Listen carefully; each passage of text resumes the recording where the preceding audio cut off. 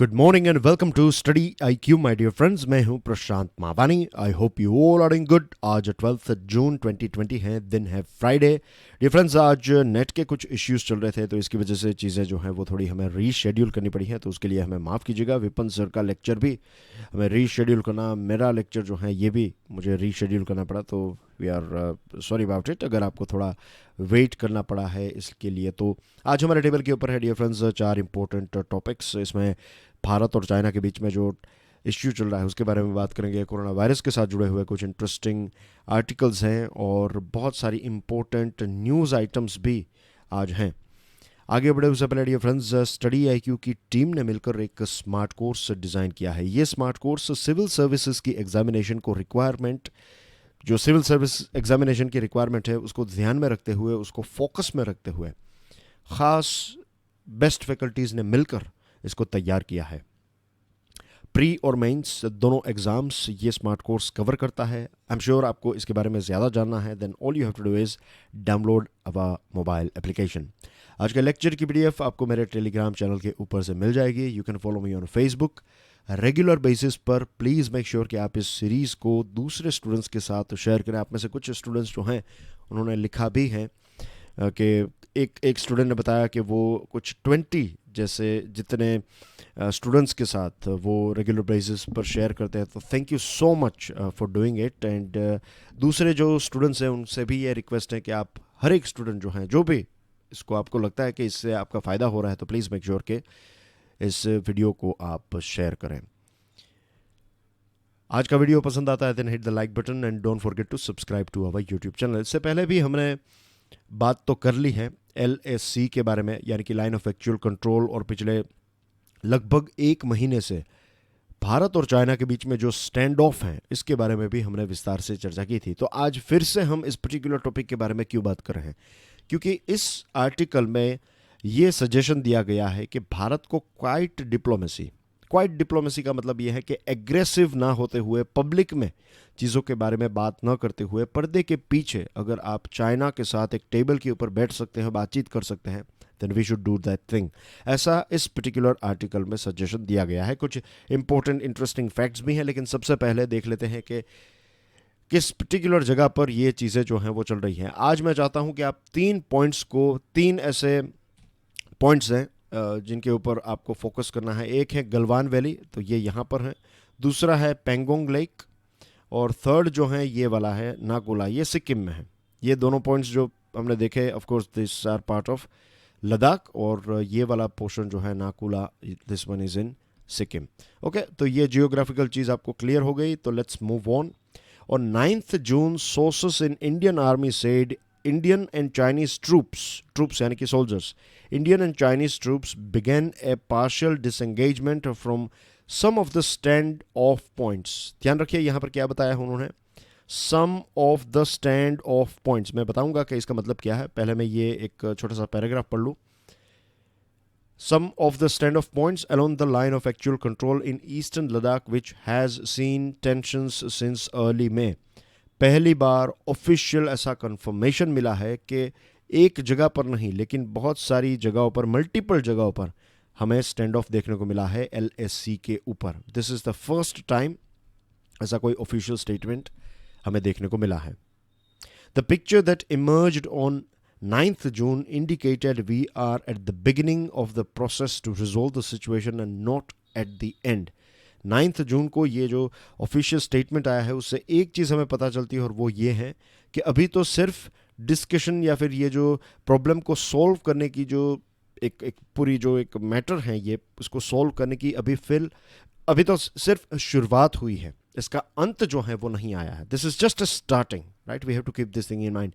और यहाँ पर जो बड़े बड़े पॉइंट्स जो थे, तो आज ये जो 3 पॉइंट्स मैंने आपको बताया, एक है नाकुला, एक है गलवान और पेंगोंग, ये 3 पॉइंट्स थोड़े ज़्यादा इसके ऊपर फोकस करना होगा। यहाँ पर सिचुएशन जो है वो आज भी अनसर्टेन है। बाकी की जगहों पर सिचुएशन जो है वो नियरली नॉर्मल हो चुकी है। आपकी स्क्रीन के ऊपर आप देख सकते हैं प्राइम मिनिस्टर मोदी और शी जिनपिंग। ये अहमदाबाद जब शी जिनपिंग आए थे उस टाइम का एक फ़ोटो है, और आई एम नॉट श्योर आप में से कितने स्टूडेंट उस टाइम पर करंट अफेयर्स और रेगुलर बेसिस पर द हिंदू न्यूज़पेपर या फिर न्यूज़पेपर्स को फॉलो करते थे, लेकिन जब शी जिनपिंग यहाँ पर थे उस टाइम पर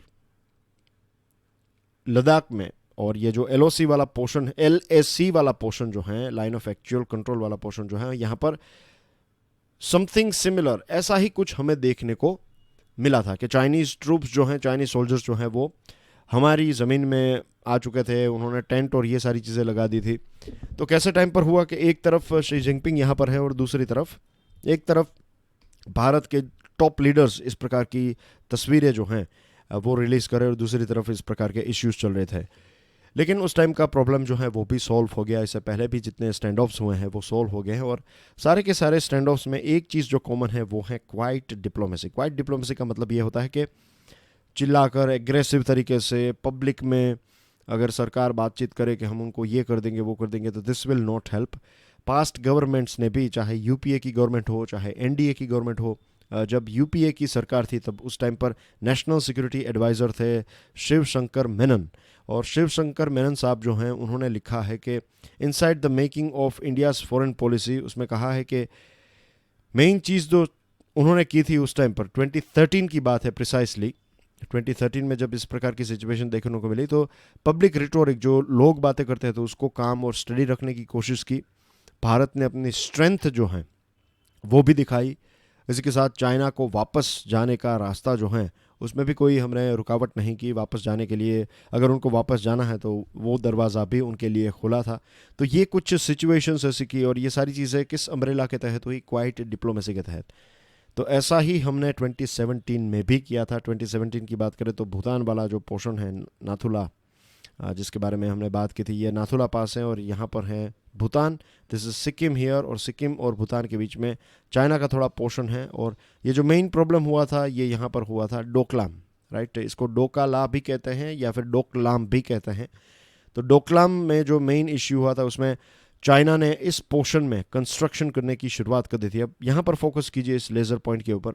ये वाला पोर्शन आप देख रहे हैं, दिस वन हियर, ये जो पोर्शन है दिस वन, इसको कहते हैं चिकन स्नैक। क्या कहते हैं? Chicken snack. ये चिकन स्नैक जो है ये एक बहुत ही इंपॉर्टेंट रास्ता है। आपको नॉर्थ ईस्ट में अगर जाना है तो नॉर्थ ईस्ट को देश के साथ कनेक्ट करने वाला एक छोटा सा ये पॉइंट है।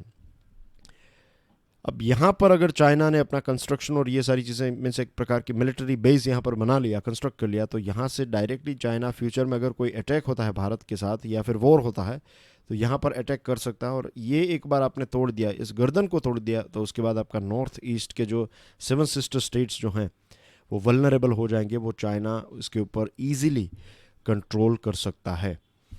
तो ये भी एक बहुत ही इम्पोर्टेंट पॉइंट है जो इस ऑफ कोर्स आर्टिकल में डिस्कशन नहीं है, इस मीन्स आपको पढ़ने को नहीं मिलेगी ये लाइन, लेकिन आप इसको ध्यान में रख सकते हैं, ये एक इम्पोर्टेंट चीज़ थी। तो भारत ने उस टाइम पर बताया था कि चाइना जिस प्रकार से यहाँ पर यूनिलैटरली, यानी कि अकेले चाइना यहाँ पर जो कंस्ट्रक्शन कर रहा है, और भूटान वाला जो पोर्शन है, जो एरिया भूटान क्लेम करता है कि हमारा है, वहाँ पर चाइना आकर अगर इस प्रकार की चीज़ें करेगा तो जो ट्राई जंक्शन है जहाँ पर 3 देश मिलते हैं, इंडिया, भूटान और चाइना, तो यहाँ पर प्रॉब्लम्स क्रिएट हो सकते हैं। बीजिंग से भारत ने अनकंडीशनल विड्रॉवल की डिमांड की। बीजिंग ने भी यही डिमांड की थी कि अब बीजिंग ने ये बताया कि अब भारत यहाँ से चला जाए, और फिर डिस्कशन जो है उसमें फाइनली ये डिसीजन लिया गया कि भारत जो है वो विड्रॉ कर लेगा। तो भारत ने विड्रॉ करने की शुरुआत की। सबसे पहले हम पीछे थोड़े हटे, और वो वीकनेस से नहीं, प्रॉब्लम को सॉल्व करने के लिए। तो जैसे ही हम पीछे गए उसी टाइम चाइना ने अपना कंस्ट्रक्शन और ये सारी एक्टिविटीज़ यहाँ पर बंद कर दी।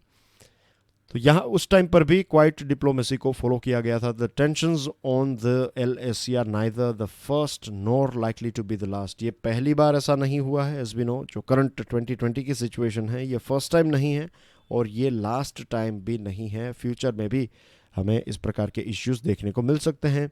मैंने आपको बताया था, आपको याद दिलाना चाहूँगा कि 2 नेबर्स के बीच में छोटे बड़े इश्यूज़ होना जो है ये काफ़ी नेचुरल है, लेकिन जो दोनों देशों ने तय किया है कि छोटे छोटे डिफरेंसेस जो हैं वो डिस्प्यूट में हमें टर्न नहीं करने हैं, या फिर छोटी छोटी बातों से बड़े डिस्प्यूट्स को जनरेट नहीं करना है, हमें चीज़ों को रिजोल्व करना है। ये दोनों देशों के हित में है। तो आई एम श्योर इस टाइम पर भी यही होगा कि ये क्वाइट डिप्लोमेसी के माध्यम से, क्योंकि अगर आप देखें तो प्राइम मिनिस्टर साहब ने इसके ऊपर ऐसा कोई ख़ास स्टेटमेंट इश्यू नहीं किया है, इनफैक्ट वो क्वाइट ही रहे हैं। इसका शायद यही मतलब है कि क्वाइट डिप्लोमेसी जो है वो चल रही है। एक और चीज़ जो सरकार को करनी चाहिए वो ये है कि गवर्नमेंट को अपोजिशन के साथ मिलकर बातचीत करनी चाहिए, अपोजिशन को कॉन्फिडेंस में रखना चाहिए, उनको सारी चीज़ों के बारे में इन्फॉर्म करना चाहिए। ये बहुत ही इंपॉर्टेंट है, we are in democracy. Second चीज़ जो है वो ये है कि मीडिया के साथ भी एंगेजमेंट जो है वो हमें इंक्रीज़ करना होगा। मीडिया को पता होना चाहिए कि मीडिया में जो नेगेटिव बातें चल रही हैं ये सारी चीज़ें नहीं, रियलिटी क्या है उसके बारे में पता, और एग्रेसिव जो चीज़ें हैं वो हमें शेयर टाइम बीइंग के लिए नहीं करनी चाहिए, राइट। कॉन्फिडेंस में मीडिया को भी गवर्नमेंट को लाना होगा। इसका मतलब ये बिल्कुल नहीं है कि मीडिया को ये बताना है कि क्या आप प्रिंट कीजिए, क्या आप प्रिंट मत कीजिए, क्या देश के लोगों को बताइए, क्या नहीं। लेकिन एक प्रकार से ये जैसे कि क्वाइट डिप्लोमेसी, तो इसका इम्पोर्टेंस क्या होता है, पास्ट में कब कब इसका इस्तेमाल हुआ था, तो ये सारी चीज़ें भी सरकार को, मीडिया को, और मीडिया को लोगों तक पहुंचानी चाहिए। Moving on to second one, back from the brink. ये आज का द हिंदू न्यूज़पेपर का एक एडिटोरियल है, ये भी इसी पर्टिकुलर टॉपिक के ऊपर है। 5 स्पॉट्स यहाँ पर बताए हैं, पेट्रोलिंग पॉइंट्स 14, 15, चुसुल और north bank of Pangong lake. तो ये ऐसे 5 स्पॉट्स हैं जहाँ पर फिलहाल as far as LAC, particularly LAC की यहाँ पर बात है। यहाँ पर सिक्किम वाला जो पोर्शन है उसकी बात यहाँ पर नहीं की गई है इस एडिटोरियल में। तो कर्नल लेवल पर, ब्रिगेडियर लेवल पर, मेजर जनरल लेवल पर 4 ऐसे मीन्स अलग अलग लेवल पर बातचीत जो है वो हो रही है। और डिफरेंसेस जो हैं पेंगोंग लेक के बारे में काफ़ी ज़्यादा सीरियस डिफरेंसेस हैं। यहाँ पर चाइना के जो मीन्स ट्रूप्स जो हैं, वहाँ के सोल्जर्स जो हैं, तो उन्होंने यहाँ पर टेंट वेंट सारी चीज़ें लगा दी हैं और बड़ी मात्रा में यहाँ पर पहुँच गए हैं। भारत ने ये कंडीशन रखी है कि सबसे पहले तो पहले जो सिचुएशन थी वही सिचुएशन हमें फिर से आपको रिस्टोर करनी पड़ेगी। जब से ये स्टैंड ऑफ की शुरुआत हुई है उससे पहले जो सिचुएशन थी, उस टाइम पर जितना एरिया आपके कंट्रोल में था, जितना एरिया हमारे कंट्रोल में था, वो चीज़ें बैक टू नॉर्मल कर दीजिए। दूसरी चीज़ें, artilleries, bombers, rocket forces, air defence radars, jammers, ये सारी चीज़ें जो आपने यहाँ पर लगा दी है, तो ये सारी चीज़ें भी आप बंद कर दीजिए। बहुत सारे रीजंस हैं चाइना यहाँ पर इतना थोड़ा एग्रेसिव बिहेव कर रहा है, उसके कुछ रीजंस हैं। फॉर एग्जांपल, एक रीज़न तो आपको पता ही है, China Pakistan economic corridor, this is one reason. दूसरा जो स्ट्रॉन्ग रीज़न है वो ये भी है कि भारत ने पिछले कुछ टाइम से, देखिए चाइना ने ये पूरा LAC वाला पोर्शन जो है वहाँ पर एक अच्छा कंस्ट्रक्शन कर लिया है, ट्रेन कनेक्टिविटी, रोड कनेक्टिविटी, ये सारी चीज़ें उन्होंने काफ़ी अच्छी तरीके से कर दी है। भारत इसमें थोड़ा पीछे चल रहा था।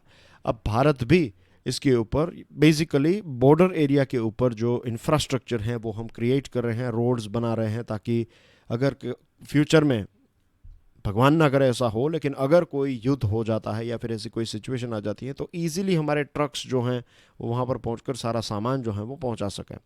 तो ये सारा infrastructure, defence related infrastructure Bharat create कर रहा है। तो इसको लेकर शायद चाइना को थोड़ी इनसिक्योरिटी फील हो रही है, और इसी इनसिक्योरिटी के चलते चाइना जो है वो इस प्रकार का एक एग्रेशन दिखा रहा है। This is point number 2।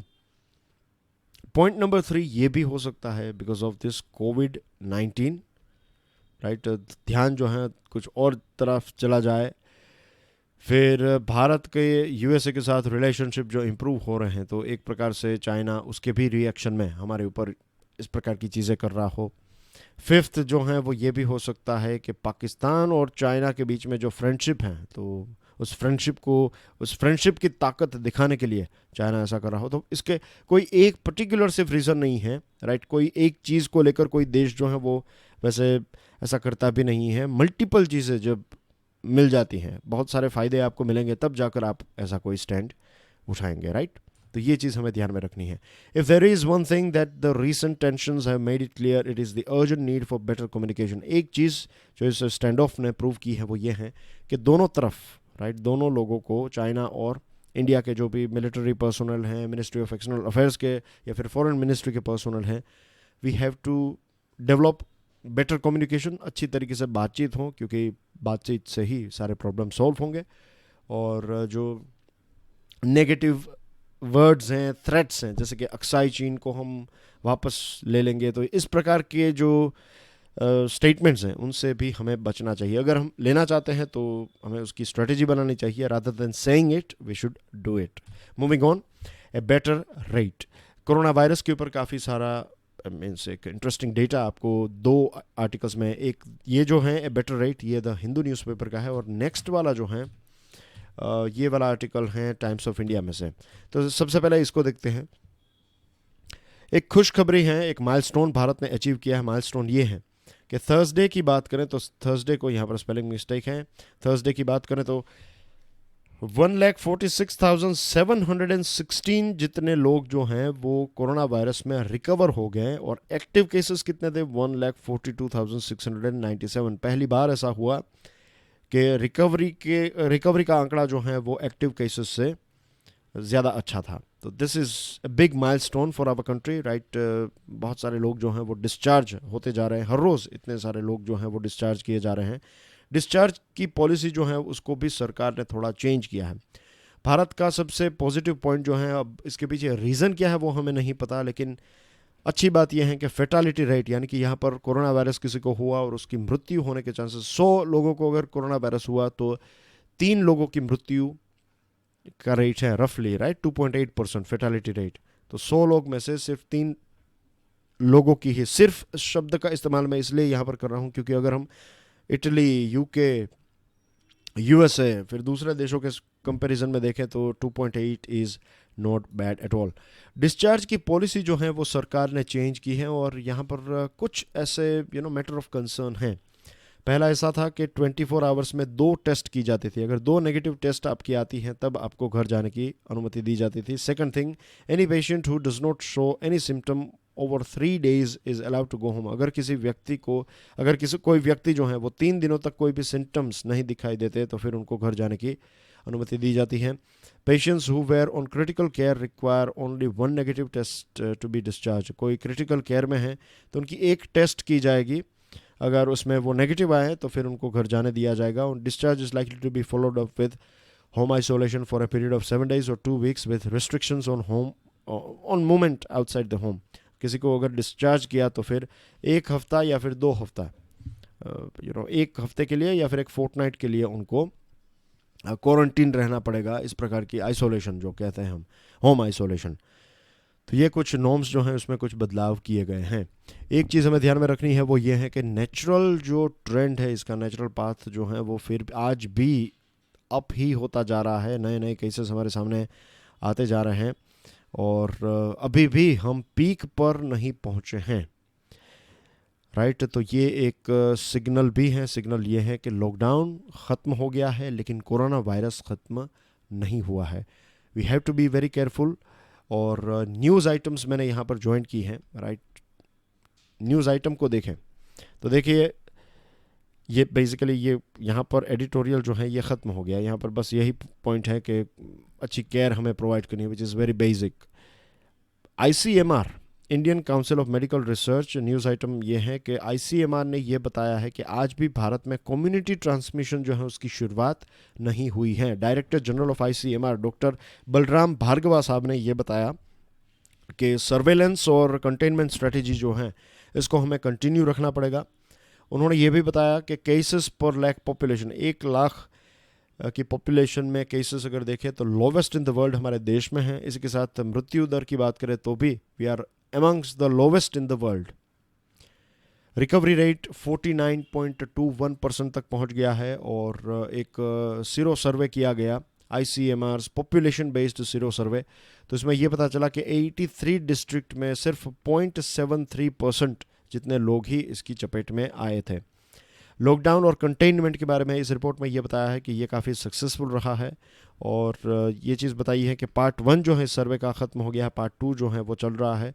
Urban area में as per doctor VK Paul, urban area में खास करके स्लम्स में केसेस जो हैं वो काफ़ी ज़्यादा हैं, और उन्होंने ये भी बताया है कि we can not lower our guard, यानी कि हमें ऐसा ख़त्म नहीं हुआ है कोरोना वायरस, अभी भी हमें विजिलेंट या फिर चौकन्ना रहना होगा। लेट्स ऑल डू इट, ये टाइम्स ऑफ इंडिया का एक बहुत ही इंटरेस्टिंग एडिटोरियल है, काफ़ी interesting study university of Cambridge में से सामने आ रही है, और वो ये है कि अगर सिर्फ हम मास्क पहने, और मैं सिर्फ मास्क पहनने के नहीं, मैं तो कहूँगा कि मास्क एटिकेट्स जो हैं वो भी बहुत ही इंपॉर्टेंट है। अगर आपको मास्क रिमूव करना है तो डोंट टच दिस पोर्शन, उसकी जो स्ट्रिंग्स हैं जो हम कानों के ऊपर लगाते हैं तो उनको टच कीजिए आप, राइट, दैट्स फाइन, लेकिन मास्क का ये वाला पोर्शन जो है उसको टच मत कीजिए। Always carry a small bottle of hand sanitiser, अगर आपको बाहर जाना ही है तो एक हैंड सैनिटाइज़र जो है वो लेकर जाइए। अगर कुछ ऐसा हुआ जिससे आपको मास्क को टच करना पड़ा, वॉट एवर इट इज़, तो हैंड सैनिटाइज़र जो है वो क्विकली आप यूज़ करके फिर मास्क को टच करिए। तो ऐसे कुछ एटिकेट्स अगर हम फॉलो करें तो हमारा मास्क भी जो है, जो मोस्ट प्रोटेक्टिव गेयर है हमारा, तो ये प्रोटेक्टिव गेयर अगर प्रोटेक्टेड रहेगा तभी वो हमें कोरोना से बचा पाएगा। कैम्ब्रिज यूनिवर्सिटी की स्टडी ने ये बताया है कि सबसे प्रॉमिसिंग साइंटिफिक अगर कोई चीज़ है तो है मास्क, राइट। होममेड मास्क भी इसमें काम करते हैं, और अगर 75% इफेक्टिवनेस वाले मास्क हर एक व्यक्ति पहने तो जो आरओ रेट है, यानी कि एक व्यक्ति से दूसरे व्यक्ति के होने के चांसेस जो हैं तो वो 4 से लेकर 1 से भी कम चला जाएगा ये रेट, और 1 से कम का मतलब ये है कि ये जो कर्व ऊपर जा रहा है वो ड्रॉप होने लगेगा। दैट्स अ वेरी इंटरेस्टिंग, और भारत के लिए तो ख़ास करके हम दूसरी चीज़ें शायद फॉलो कर पाए ना कर पाए, लेकिन भारत में अगर हर एक व्यक्ति मास्क पहनने लगे, राइट, यूनिवर्सल एक एडॉप्शन आ जाए। प्रॉब्लम क्या है, मैंने देखा है कि लोग मास्क जो हैं वो कैरी करते हैं, यानी कि उनके कानों में स्ट्रिंग्स भी हैं मास्क की, लेकिन मास्क जो है वो ऐसे ही उन्होंने पहना नहीं है, या फिर नोज़ कवर नहीं किया है, या फिर ऐसे ही गले पर रख दिया है। तो दिस इज़ नॉट फेयर। आप मास्क कैरी कर रहे हैं तो यूज़ इट, लेकिन ये अवेयरनेस शायद लोगों में नहीं है। मास्क एटिकेट्स को लेकर भी शायद इतनी अवेयरनेस लोगों में नहीं है। तो what we have to do is we have to create this campaigns. Mask etiquettes के कैंपेन की आवश्यकता है, और मास्क को प्रॉपरली पहनना ये भी बहुत ही इम्पोर्टेंट है। हांगकांग की बात करें तो हांगकांग में 99% जितने रेसिडेंट जो हैं वो मास्क का प्रॉपर उपयोग करते हैं। न्यूज़ आइटम्स की बात करें डियर फ्रेंड्स, प्राइम मिनिस्टर साहब जो हैं वो 95th एनुअल प्लीनरी सेशन था इंडियन चेंबर ऑफ कॉमर्स का, तो इसको एड्रेस करते हुए प्राइम मिनिस्टर साहब ने ये बताया कि जो कमांड एंड कंट्रोल वाला जो फेज़ था लॉकडाउन का वो चला गया है, और अब प्लग एंड प्ले वाला फेज़ आ चुका है बिजनेस के लिए। उन्होंने ये बताया प्लग एंड प्ले का मतलब ये है कि चीज़ें जो हैं वो रेडी हैं, राइट। आपको कोई नया सेटअप और बहुत सारी चीज़ें रेडी हैं यहाँ पर, आप यहाँ पर आइए, इन्वेस्ट कीजिए और यू कैन स्टार्ट क्विकली, ऐसा प्राइम मिनिस्टर साहब ने बताया है। उन्होंने बताया कि भारत का ग्रोथ जो है वो पब्लिक सेंट्रिक, पब्लिक ड्रिवन और पब्लिक फ्रेंडली होना चाहिए, और इसी प्रकार की नीतियाँ जो है वो भारत सरकार बना रही है। बोल्ड इन्वेस्टमेंट और बोल्ड डिसीजंस, यानी कि बड़े डिसीजन, पहले ये सारे डिसीजंस जो हैं वो लेने में सरकार घबराती थी, लेकिन उन्होंने ये जो कोविड-19 का पूरा एपिसोड है तो इसका एक ये क्राइसिस को एक अपॉर्चुनिटी में सरकार ने बदल दिया। आत्मनिर्भर भारत के बारे में उन्होंने ये बताया है कि सेल्फ रिलायंस, यानी कि आत्मनिर्भर, ये जो शब्द हैं या फिर आत्मनिर्भरता के बारे में उन्होंने ये बताया कि जो स्वामी विवेकानंदा थे, तो स्वामी विवेकानंदा ने पहले भी बताया था कि भारत के लोगों को खुद चीज़ों को पैदा करना चाहिए, और हमारी डोमेस्टिक रिक्वायरमेंट एक बार मिल गई तो उसके बाद हमें दूसरे देशों तक हमारा सामान जो है वो पहुंचाने की कोशिश करनी चाहिए। तो यही इंस्पिरेशन जो है उसके बारे में प्राइम मिनिस्टर साहब ने बात बताई। आत्मनिर्भर भारत अभियान का सीधा सा मतलब है कि भारत दूसरे देशों पर भी, माफ़ कीजिए, दूसरे देशों पर अपनी निर्भरता कम से कम करें। हर वो चीज़ जिसे इंपोर्ट करने के लिए देश मजबूर हैं वो भारत में ही कैसे बने, भविष्य में उन्हीं प्रोडक्ट्स का भारत एक्सपोर्टर कैसे बने, इस दिशा में हमें और तेज़ी से काम करना चाहिए, ऐसा प्राइम मिनिस्टर साहब ने अपने एड्रेस में बताया है। उन्होंने स्मॉल ट्रेडर्स और प्रोड्यूसर्स के बारे में भी बात की, और जो एमएसएमई की डेफिनेशन चेंज की गई है तो उसके बारे में बात की। बताइए, एमएसएमई की डेफिनेशन जो है उसको चेंज किया गया है, तो आपके लिए प्रश्न ये है, और ये एक बहुत ही इंपॉर्टेंट प्रश्न है, प्रीलिम्स में डायरेक्टली आपको ये प्रश्न पूछा जा सकता है। माइक्रो एंटरप्राइज जो हैं उनकी इन्वेस्टमेंट लिमिट और टर्नओवर की लिमिट कितनी है, स्मॉल की कितनी है और मीडियम की कितनी है। ये तीनों की इन्वेस्टमेंट और टर्नओवर कि लिमिट जो है वो आपको कमेंट सेक्शन में प्रोवाइड करनी है। आज का आपका ये प्रश्न है, अगर आंसर नहीं पता है तो गूगल कीजिए, सर्च कीजिए, बट मेक श्योर कि आप अपना आंसर जो है वो ढूंढें और आंसर जो है उसको टाइप कीजिएगा, कॉपी पेस्ट मत कीजिएगा। मैं चाहता हूं कि ये डेटा जो है, ये इन्फॉर्मेशन जो है वो आपको याद रहे। तो इसके लिए कॉपी पेस्ट काम नहीं करेगा। इफ़ यू विल टाइप तो आपको ये ज़्यादा काम याद रहेगा, तो डू इट। एपीएमसी और एसेंशियल कमोडिटी एक्ट जो हैं, ये इसको अगर टच भी करना जो है तो बहुत, एपीएमसी को टच करना यानी कि पॉलिटिक्स में ग्राउंड लेवल पर बहुत बड़ी बातें हो जाती थी, लेकिन सरकार ने इसको भी डाइल्यूट कर दिया है, तो काफ़ी अच्छी चीज़ हुई है। फिर एक्सटर्नल अफेयर्स मिनिस्ट्री ने इंडिया और चाइना के बारे में एंगेजमेंट के बारे में बात की कि मिलिट्री, ये भी न्यूज़ है राइट, मिलिट्री और डिप्लोमेटिक एंगेजमेंट जो है वो दोनों देशों के बीच में चल रही हैं। और नेपाल के बारे में हमारे जो स्पोक्स पर्सन है मिनिस्ट्री ऑफ एक्सटर्नल अफेयर्स के, अनुराग श्रीवास्तव साहब, तो उन्होंने बताया कि नेपाल के साथ जो हमारे सांस्कृतिक, कल्चरल और एक मित्रता वाला संबंध जो है वो हम उसकी उसकी काफ़ी कदर करते हैं, उसको काफ़ी रिस्पेक्ट करते हैं, वो हमारे सिस्टम का एक पार्ट है। उन्होंने ये भी बताया कि अलग अलग लेवल पर भारत की और जो द्विपक्षीय संबंध हैं ये काफ़ी विकसित हुए हैं, एक्सपांड हुए हैं, डाइवर्सिफाई हुए हैं। ह्यूमैनिटेरियन डेवलपमेंट, कनेक्टिविटी के प्रोजेक्ट्स में भी भारत जो है वो नेपाल के साथ खड़ा रहा है। फिर एक रिपोर्ट है जो यूएसए निकालता है, इसका नाम है report on international religious freedom for 2019। इसके बारे में भारत ने ये बताया कि ये यूएसए का इंटरनल डॉक्यूमेंट है राइट। तो इसमें मीन्स उस डॉक्यूमेंट में अगर भारत के बारे में कुछ नेगेटिव बात है तो वो उनका व्यू पॉइंट है, वो रियलिटी नहीं है। ऐसा शब्द उन्होंने नहीं किया, लेकिन I am telling you this analysis ये है कि भारत इस प्रकार से इसको लेगा। Vande Bharat mission, one of the biggest in the world, 1,70,000 जितने सिटीजन्स जो हैं वो सो फार हम वापस भारत हमारे देश में लाए हैं। और फेज़ 3 जो है वंदे भारत का, इसकी शुरुआत हो चुकी है, मीन्स आज से हो जाएगी, बेग पार्डन, हो चुकी है, इसकी शुरुआत कल से हो गई है। तो फेज़ 3 जो है इसमें 432 इंटरनेशनल फ़्लाइट्स 43 कंट्रीज़ में जाएगी और वहाँ से वापस हमारे देश में लोगों को लाया जाएगा।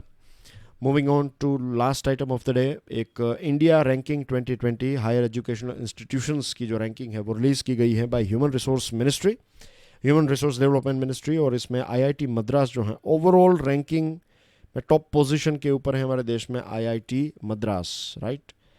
फिर यूनिवर्सिटीज़ की बात करें तो यूनिवर्सिटी कैटेगरी में Indian institute of science Bengaluru number 1 है, आईआईएम अहमदाबाद जो है वो मैनेजमेंट कैटेगरी में नंबर 1 है, एम्स जो है वो मेडिकल कैटेगरी में नंबर 1 है, मिरांडा कॉलेज जो है वो पिछले 3 सालों से नंबर 1 पोजीशन के ऊपर है कॉलेजेस की कैटेगरी में। डेंटल साइंस, डेंटल इंस्टीट्यूशन जो है वो पहली बार इसमें ऐड किया गया है, तो मौलाना आज़ाद इंस्टीट्यूट जो है डेंटल साइंस का, तो ये नंबर 1 पोजीशन पर आया है डेंटल कैटेगरी में। That's everything in today's discussion. Thank you very much for watching this video. जो मैंने आपको प्रश्न पूछा है उसका आंसर कमेंट सेक्शन में ज़रूर दीजिएगा। वीडियो लेक्चर को दूसरे स्टूडेंट्स के साथ भी शेयर ज़रूर कीजिएगा। And I will see you soon with daily financial news analysis. Till then enjoy your studies. God bless you all. Jai Hind.